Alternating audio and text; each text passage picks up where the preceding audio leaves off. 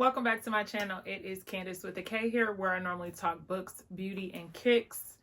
We are damn near in February, but I thought it was time to give you my 2024 reading wrapped, okay? So I'm going to break down what I liked, what I didn't like, what I didn't finish, some of my top authors that I am excited to discover in the last year, and the whole rundown.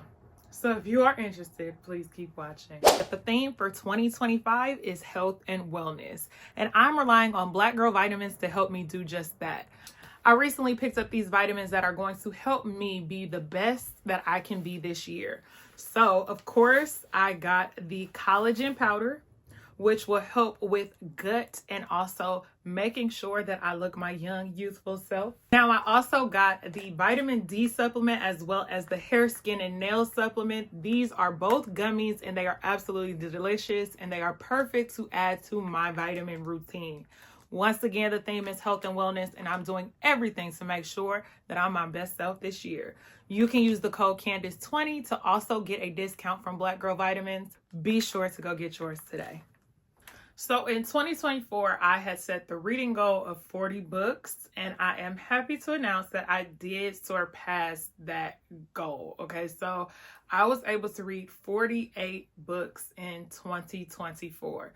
Now, I normally set low reading goals only because they have to be attainable, right? So I'm not the one to be reading 100 books in a year. Probably may never even get to that number, but I think 40 is such a solid number because that's give or take 5 books a month, right? No. That's like an average. It allows me the lull of like some months I might not read a lot while I might read a lot for others. So I'm a girl that likes to be outside, but I also like to read. And so I'm gonna always prioritize the streets.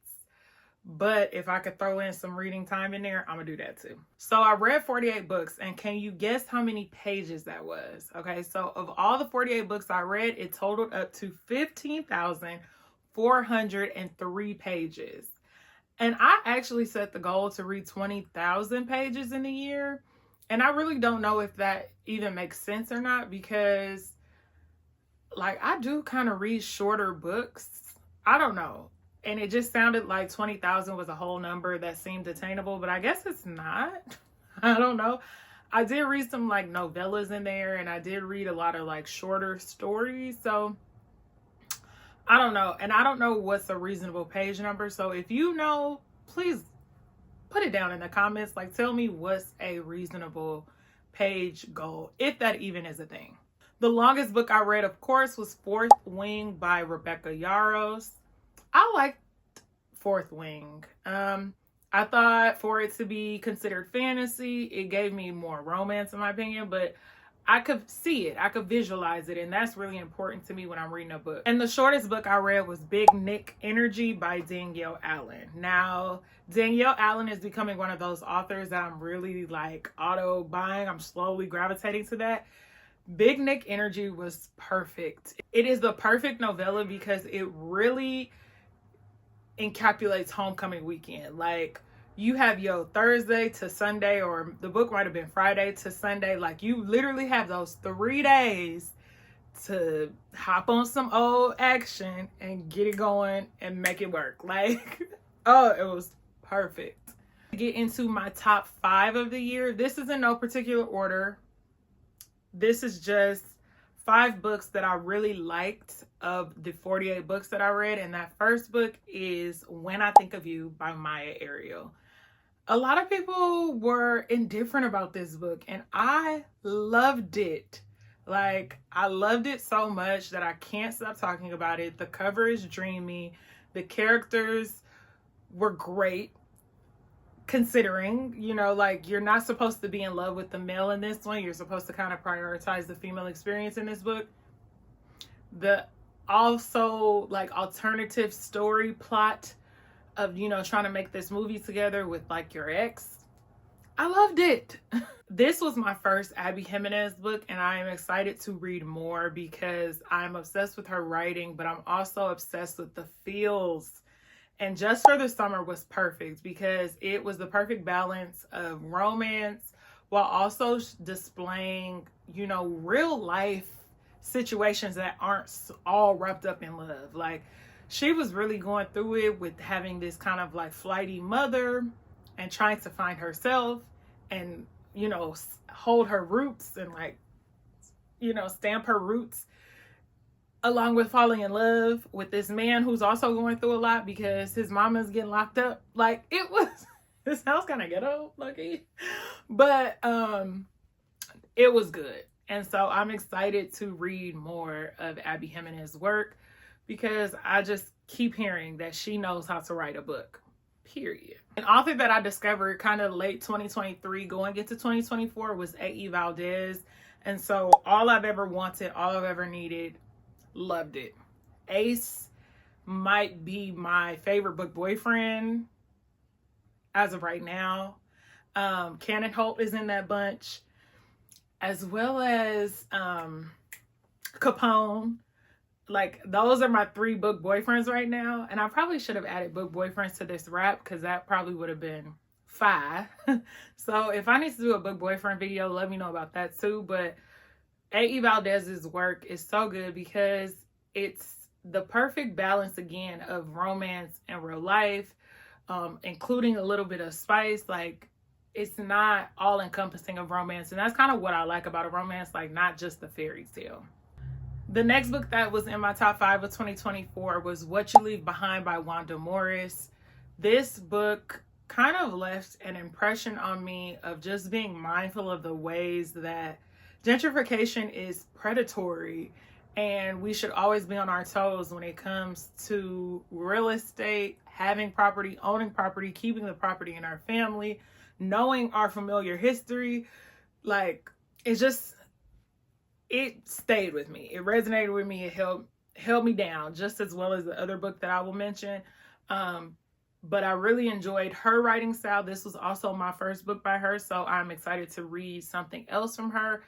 I see her other books posted kind of often, and I need to just jump in.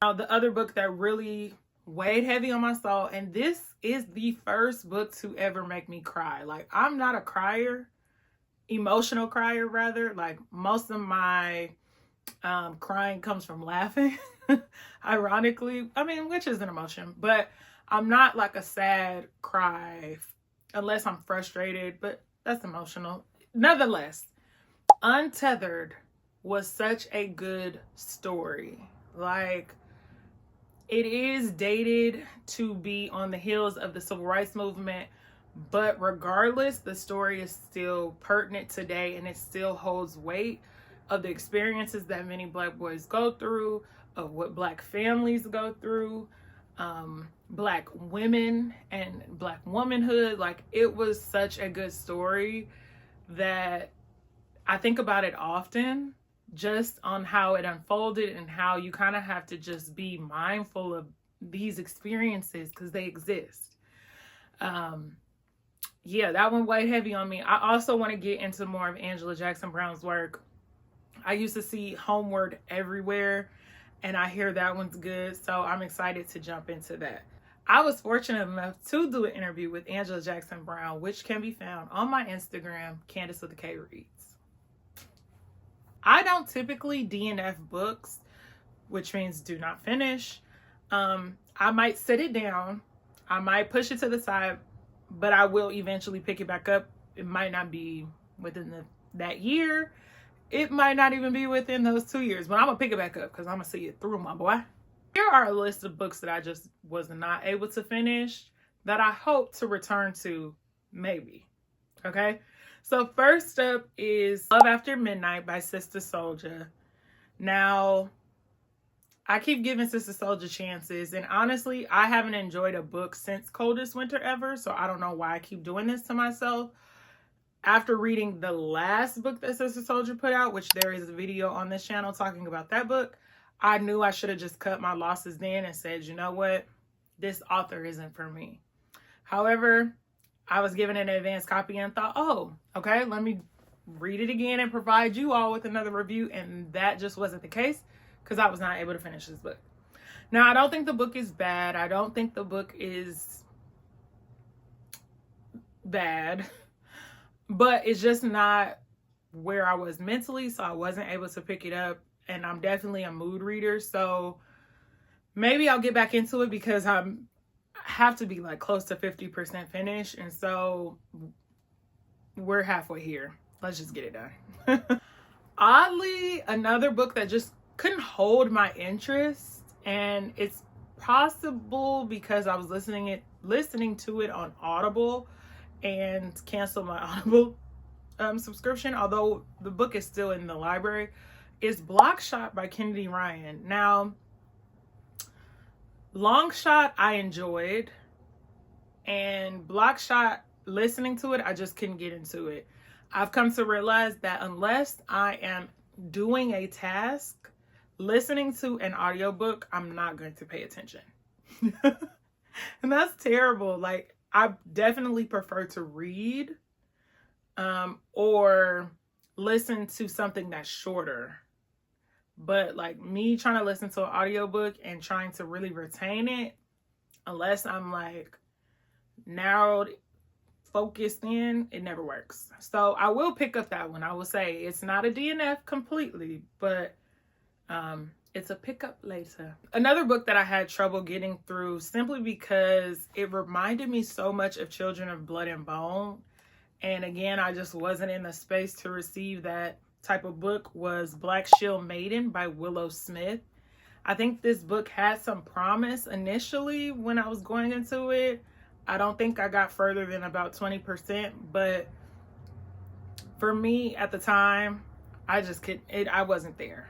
I wasn't interested. It couldn't hold my attention. And it's not to say that it wasn't interesting. I just needed something else at the time. So that's another pick back up later. The same holds true for this next title, which is Where Sleeping Girls Lie by Farida Abike Nyamde. I'm sorry, but Farida. I was excited for this book because Ace of Spades was so freaking good. Like, that's a good book right there. And so I was excited to get into this one, and I just couldn't get into it. And I don't think I stayed with it long enough to be held by it. And so I do want to pick it back up because I actually like this cover, as odd and deranged and creepy as it is. And so I do want to get back into this one. And I'm also going to pick this one back up because now there's the buzz on the third installment, and I can't get to the third until I read the second, which is Iron Flame by Rebecca Yarros. I really, really enjoyed Fourth Wing more than I expected. And I have some friends of mine who read Iron Flame and kind of were mad about it. So that's kind of, it didn't drive me to read it, right? But I do want to see the series through, my boy. So I have to pick this book back up so that I can finish the series. Now, one author I would love to spotlight that really was a highlight of discovery for me in 2024 was Jaquel J. Okay.